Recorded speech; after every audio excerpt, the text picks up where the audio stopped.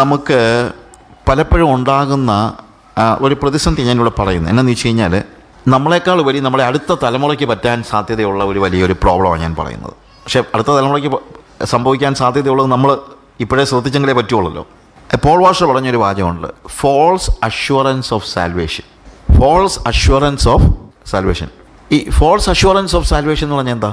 രക്ഷിക്കപ്പെട്ടതാണെന്ന് അങ്ങ് ചിന്തിച്ചു പോകുന്ന ഒരവസ്ഥ.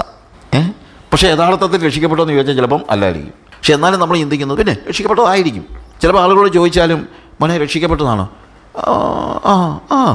അതെന്താ? പിന്നെ ഞാൻ രക്ഷിക്കപ്പെട്ടതല്ലേ. പക്ഷെ എന്താണെന്ന് സ്പെസിഫിക് ആയിട്ട് ഇവന് പറയാൻ പറ്റാത്തൊരു സാഹചര്യം. ചിലപ്പോൾ രക്ഷിക്കപ്പെട്ടവർക്ക് തന്നെ അത് അറിയത്തില്ല. ചിലപ്പോൾ അവൻ രക്ഷിക്കപ്പെട്ടതായിരിക്കും, എന്നാലും അവൻ എന്തില്ല, അതിനെക്കുറിച്ച് ഒരു കൃത്യമായ ബോധ്യമില്ല. കാരണം എന്താണെന്ന് ചോദിച്ചു കഴിഞ്ഞാൽ, നമ്മളുടെ സമൂഹത്തിലും ഈ സമൂഹത്തിൽ മാത്രമല്ല എല്ലാ കാലയളവിലും ഉണ്ടായിട്ടുള്ളൊരു പ്രശ്നമുണ്ട്. ഒരു തലമുറ മാറുമ്പോൾ ഈ അടുത്ത തലമുറ, നമ്മുടെ കുഞ്ഞുങ്ങൾ, അതുകൊണ്ടാണ് ഞാൻ ഇതൊക്കെ നമ്മൾ ഇപ്പോഴേ ആലോചിച്ചെങ്കിലേ പറ്റുള്ളൂ. അല്ലാതെ കുഞ്ഞുങ്ങൾ വളർന്നു കഴിഞ്ഞിട്ട് പിന്നെ നോക്കിയിട്ട് കാര്യമില്ല. ഞാനിപ്പോൾ ചിലപ്പോൾ ഈ പാരൻറ്റിങ്ങിനെ കുറിച്ചൊക്കെ ക്ലാസ് എടുക്കുമ്പം പലപ്പോഴും മാതാക്കൾ വന്നിട്ടുണ്ട് പറയും, എൻ്റെ പൊന്ന് സാജു സാറേ, ഈ സാധനം ഒരു 15 കൊല്ലം മുമ്പേ കേട്ടായിരുന്നെങ്കിൽ നമുക്ക് എന്തെങ്കിലും ചെയ്യാമായിരുന്നു, ഇനിയിപ്പോൾ എന്തോ ചെയ്യുന്നത്. ഇല്ല, അങ്ങനെ ഒരു പ്രശ്നമുണ്ട്. അപ്പോൾ അതുകൊണ്ട് ഇതിനെക്കുറിച്ചൊക്കെ നമ്മുടെ കുഞ്ഞുങ്ങൾ വളരുന്നതിന് മുമ്പേ തന്നെ നമ്മൾ ആലോചിക്കണം. അതുകൊണ്ടാണ് ഞാൻ പറഞ്ഞത്. വളർന്നു കഴിഞ്ഞാൽ ഞാനിപ്പോൾ പറയും, നിങ്ങൾ പേടിക്കൊന്നും വേണ്ട, നിങ്ങൾക്ക് കുഞ്ഞുങ്ങളെ ആ രീതിയിൽ വളർത്താൻ കഴിഞ്ഞില്ലെങ്കിൽ ഇനിയിപ്പോൾ ഒരു പരിപാടിയേ ഉള്ളൂ, പ്രാർത്ഥിക്കുക, കർത്താവ് എന്തെങ്കിലും ചെയ്യുക. കാര്യം എല്ലാവർക്കും അങ്ങനെയുള്ള ഒരു കൃത്യമായ വേദപുസ്തകപരമായി കുഞ്ഞുങ്ങളെ വളർത്തിക്കൊണ്ട് വരാൻ കഴിയാത്ത ഒത്തിരി പേര് നമ്മുടെ സഭകളിൽ ഉണ്ട്. അപ്പോൾ അവിടെ പിന്നെ നമ്മൾ കൂടുതൽ പ്രാർത്ഥിക്കുക എന്നുള്ളതല്ലാതെ, കാര്യം നമ്മുടെ അബദ്ധങ്ങളെപ്പോലും സുബദ്ധമാക്കി തരുന്ന ഒരു കർത്താവാണ് നമുക്കുള്ളത്. അപ്പോൾ അതുകൊണ്ട് നമ്മൾ ചെയ്യാൻ പറ്റാത്ത ഒരു സാഹചര്യത്തിൻ്റെ കാര്യം പറഞ്ഞുകൊണ്ട് നമ്മളിപ്പോൾ അവരെ പിന്നെയും വഴക്ക് പറഞ്ഞുകൊണ്ടിരുന്നൊരു കാര്യമല്ലോ ഉണ്ടോ?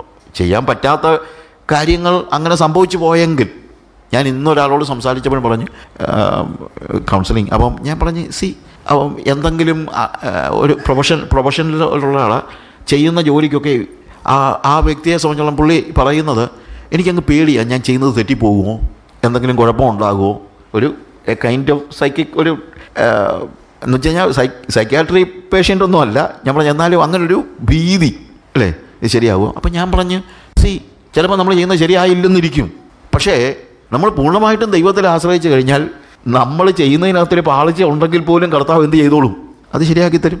ഞാൻ പ്രൊഫഷനുമായിട്ട് ബന്ധപ്പെടുത്തിയ ഒരു കാര്യമാണ് പറഞ്ഞത്. കാര്യം നമ്മൾ അങ്ങനെ പേടിച്ചിട്ട് കാര്യമൊന്നുമില്ല, ഞാൻ ചെയ്യുന്നത് ശരിയാകുമോ എന്നൊക്കെ പേടിച്ചുകൊണ്ടിരുന്ന് കഴിഞ്ഞാൽ പിന്നെ കൂടുതൽ പ്രശ്നമേ ഉണ്ടാകത്തുള്ളൂ. അതിന് പകരം പേടിയല്ല ആവശ്യം, നമുക്ക് ആശ്രയമാണ് ആവശ്യം. എൻ്റെ ചിന്ത, ദൈവം എല്ലാം നമ്മളെ പഠിപ്പിക്കുന്നത്, നമ്മൾ ഓരോ സാഹചര്യത്തിൽ കടത്തി വിടുന്നതിൻ്റെ എല്ലാം കാരണം അടിസ്ഥാനപരമായി നമ്മൾ ദൈവത്തിൽ ആശ്രയിക്കാൻ ദൈവം ആഗ്രഹിക്കുന്നുണ്ട്. അതുകൊണ്ട് ഒത്തിരി ഡിസാസ്ട്രസ് ആയിട്ട് നമുക്ക് തോന്നുന്ന, എന്നാൽ ദൈവം ഒരിക്കലും നമ്മളെ തള്ളിക്കളയാൻ വേണ്ടിയല്ല, നശിപ്പിച്ച് കളയാൻ വേണ്ടിയല്ല, നമ്മളെ വളർത്തിയെടുക്കാനായിട്ട് പ്രതിസന്ധികളിലൂടെ നമ്മളെ കടത്തിവിടാനുള്ള സാധ്യത ഉണ്ട്. ഓക്കെ, ഇനി ഈ തലമുറകൾക്ക് പറ്റാൻ സാധ്യതയുള്ള ഒരു കാര്യം എന്ന് പറയുന്നത് ഈ false assurance of salvation. Traditional ചർച്ചസിലെല്ലാം പറ്റിയിരിക്കുന്ന ഒരു പ്രശ്നം, വിശ്വാസ സമൂഹങ്ങളിൽ പോലും പറ്റിയിരിക്കുന്ന ഒരു പ്രശ്നം, കുഞ്ഞുങ്ങൾ യഥാർത്ഥത്തിൽ ദൈവവുമായിട്ടുള്ള ഒരു എൻകൗണ്ടർ ഇല്ലാതെ വളർന്നു വരുന്നു. അതാണ് ഞാൻ പറയാൻ ഉദ്ദേശിക്കുന്നത്.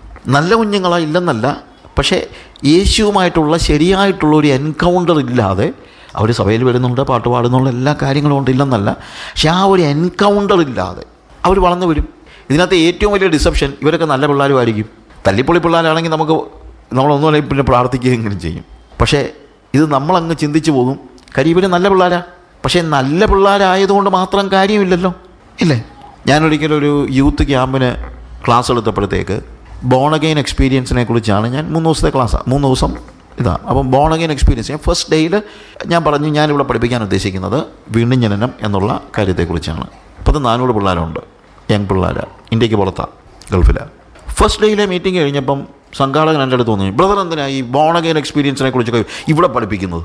കാര്യം ഇതൊക്കെ അവിശ്വാസികളെടുത്ത് പഠിപ്പിക്കണമെന്നുള്ള ഒരു ചിന്തയിലാണ് അദ്ദേഹം പറയുന്നത്. അപ്പോൾ അന്നേരം ഞാൻ ഇച്ചിരിയുള്ള ചെറുപ്പമായിരുന്നു, ഒരു 10-20 വർഷം മുമ്പാണ്. അപ്പോൾ ആ ചെറുപ്പത്തിൻ്റെ ഇതിനകത്ത് ഞാൻ പറഞ്ഞു, അത് നിങ്ങളുടെ പിള്ളേരൊന്നും വീണ്ടും ജനിച്ചതല്ല, അതുകൊണ്ട് പറഞ്ഞതെന്നുള്ളത്. അപ്പോൾ ഇയാൾക്ക് ഭയങ്കര ദേഷ്യമായിപ്പോയി. ഇന്നാണ് ഞാൻ അത്രയും ഹാർഷായിട്ട് ചിലപ്പോൾ പറയത്തില്ല, പക്ഷേ അന്ന് കുറച്ചുകൂടെ ചെറുപ്പമായിരുന്നപ്പോൾ അങ്ങനെയൊക്കെ പറയും. അങ്ങനെ ഇദ്ദേഹം പറഞ്ഞു, ബ്രദറെ ഞങ്ങളുടെ കുഞ്ഞുങ്ങളൊക്കെ നല്ല പിള്ളേരാണ് കേട്ടോ. അപ്പം ഞാൻ പറഞ്ഞു, നിങ്ങളുടെ കുഞ്ഞുങ്ങൾ നല്ല പിള്ളേരാണോ ഇല്ലയോ എന്നുള്ളതല്ല എൻ്റെ വിഷയം. നല്ല പിള്ളേർ വേറെ, വീണ്ടും ജനിക്കുന്നത് വേറെ.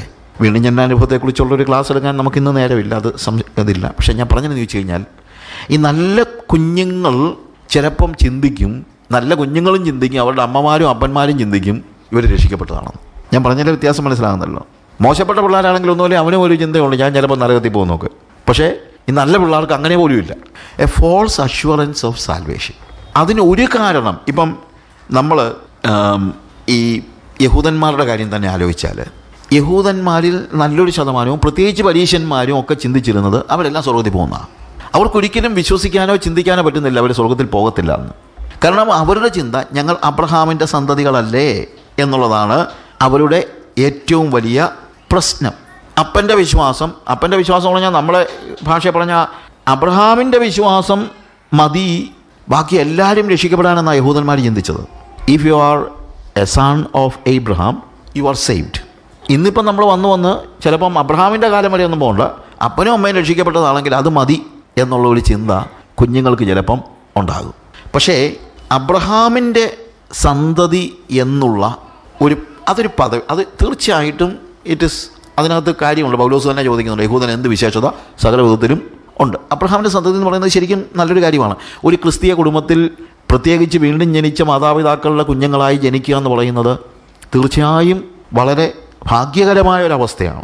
കാര്യം അങ്ങനെ വളരുന്ന കുഞ്ഞുങ്ങൾക്ക് ദൈവത്തെ അറിയാനുള്ള ഒത്തിരി പോസിബിലിറ്റി അവർക്ക് കൂടുതൽ കിട്ടുന്നുണ്ട്. അതൊരു ഭാഗ്യകരമായ അവസ്ഥയാണ്. അതിനെ ഓർത്ത് കർത്താവിനെ സ്തോത്രം ചെയ്യുക. പക്ഷെ പ്രോബ്ലം ഇതാണ്, അങ്ങനെ ജനിച്ച മക്കൾ അത് അവരുടെ രക്ഷയ്ക്ക് നിദാനമായി ചിന്തിച്ചു കഴിഞ്ഞാൽ പലപ്പോഴും പ്രോബ്ലം ഉണ്ടാകും. അതുകൊണ്ടാണ് ഞാൻ പറഞ്ഞത് അവർ നല്ല കുഞ്ഞുങ്ങളായിരിക്കും. പരീശന്മാരൊക്കെ നല്ല കുഞ്ഞുങ്ങളല്ലേ. നമ്മൾ ഈ പരീശന്മാരെ എപ്പോഴും കുറ്റം പറയുമെങ്കിലും ഒരു കാര്യം മനസ്സിലാക്കണം, അവർ ഭയങ്കര പയസ്സായിട്ട് ജീവിച്ച ആളുകളാണ്. ഈ പരീശൻ, ഇപ്പം നമ്മൾ കളിയാക്കി പറയുന്ന പരീശൻ പോലും പറയുന്നത് എന്താണ്, ഞാൻ നീതി കെട്ടവനോ പിടിച്ചുകൊളിക്കാരനോ വ്യഭിചാരിയോ ഞാൻ അങ്ങനെയൊന്നും അല്ല, പിന്നെ ഞാൻ ആഴ്ചയിൽ 2 വട്ടം ഉപവസിക്കുന്നു, നെടുനിൽക്കുകയും പതാരം കൊടുക്കുന്നു, അതിനെ മോശം കാര്യമാണോ? നല്ല കാര്യങ്ങളാണ്. ഞാൻ പറഞ്ഞാൽ മനസ്സിലാക്കണം. അപ്പോൾ യഹൂദന്മാരിൽ നല്ലൊരു ശതമാനവും നല്ല ആളുകളാണ്.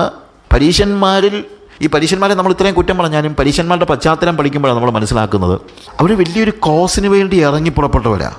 അതായത് ആൻറ്റിയോക്കസ് എപ്പിഫാനസ് സിറിയയുടെ രാജാവ് പലസ്തീൻ കീഴടക്കി കഴിഞ്ഞപ്പോൾ അതിനു മുമ്പ് അവിടെ ഭരിച്ചുകൊണ്ടിരുന്നത് ടോളമി രാജവംശമാണ്. അലക്സാണ്ടറിൻ്റെ 4 ജനറൽമാരിൽ ഒരാളായിരുന്നു ടോളമി. അലക്സാണ്ടർ മരിച്ചു കഴിഞ്ഞപ്പോൾ ടോളമിയുടെ കീഴിലായിരുന്നു പലസ്തീൻ. എന്നാൽ ടോളമീസിനെ പരാജയപ്പെടുത്തി സെലൂക്കസ് രാജവംശം പലസ്തീൻ പിടിച്ചടക്കി. ആ വംശത്തിൽപ്പെട്ട ആളാണ് ഈ ആൻറ്റിയോക്കസ് എപ്പിഫാനസ് എന്ന് പറയുന്നത്. ടോളമിയുടെ കീഴിൽ നല്ല റിലീജിയസ് ഫ്രീഡം അവർ അനുഭവിച്ചിരുന്നു. എന്നാൽ സെലൂക്കസ് രാജവംശത്തിൻ്റെ ഭരണം വന്നു കഴിഞ്ഞപ്പോഴത്തേക്ക് നമ്മൾ പറയുന്നത് പോലെ പന്നിയെ യാഗം കഴിക്കുകയും അങ്ങനെയുള്ള അതായത് റിലീജിയസ് ഫ്രീഡം കംപ്ലീറ്റ് ആയിട്ട് ഇല്ലാതെയായി തീർന്നു. അങ്ങനെ ഒരു സാഹചര്യത്തിൽ ഇതിനോട് എതിർത്ത് നിന്ന വേർപെട്ടവർ ഹസീദീം എന്ന് പറയുന്ന, നമ്മുടെ നാട്ടിൽ പറഞ്ഞാൽ വേർപെട്ട കൂട്ടായ്മ, ഈ വേർപെട്ട കൂട്ടായ്മ അല്ലെങ്കിൽ വേർപെട്ട ജനങ്ങളിലെ പ്രധാനപ്പെട്ട ആളുകളാണ് എസേന്യർ അങ്ങനെയുള്ളവരായിരുന്നു. പരീശന്മാരും അതുപോലെയുള്ള ഹസീദീം ഈ വേർപെട്ടവരായിരുന്നു. എസേന്യർ കുറച്ചുകൂടെ മൊണാസ്റ്റിക് സ്റ്റൈലില്ല, അതായത് അവർ യഹൂദ്യ മരുഭൂമിയിൽ അല്ലെങ്കിൽ നമ്മുടെ ഭാഷ പറഞ്ഞാൽ ഈ ചാവുകടൽ അവിടെ ആ മരുഭൂമിയിൽ പോയി ഡെഡ് സീയുടെ സൈഡിലുള്ള അവിടെ പോയി താമസിച്ച് ഒരു മൊണാസ്ട്രി പോലെ അവർ വേദപുസ്തകം പകർത്തി എഴുതുകയും വ്യാഖ്യാനിക്കുകയും അങ്ങനെ ഒരു ജീവിതമായിരുന്നു. അപ്പം അവർ സമൂഹത്തിൽ നിന്ന് മാറി കാര്യം ആൻറ്റിയോക്കസ് എപ്പിഫാനസിൻ്റെ കീഴിൽ ഇവർക്ക് വാസ്തവത്തിൽ റിലീജിയസ് ഫ്രീഡം ഇല്ലാത്തത് കൊണ്ട് അവർ ഓടിപ്പോയി വിശ്വാസത്തിന് വേണ്ടി വീറോളെ നിന്നവരാണ് ഈ എസേന്യർ എന്ന് പറയുന്നത്. എന്നാൽ അതേപോലെ നിന്ന ആളുകളാണ് പരീശന്മാർ. അവർ വേർപെട്ടവരാണ്. അവർ ഓടിപ്പോയി പോലുമില്ല. അതായത് ഈ രാജ്യത്ത് നിന്നുകൊണ്ട് തന്നെ അവർ ആത്മീയതയ്ക്ക് വേണ്ടി പോരാടിയവരാ. അത്രയ്ക്കും വേർപെട്ട പാരമ്പര്യം ആർക്കുണ്ട്? പരീശന്മാർക്ക് ഉണ്ട്.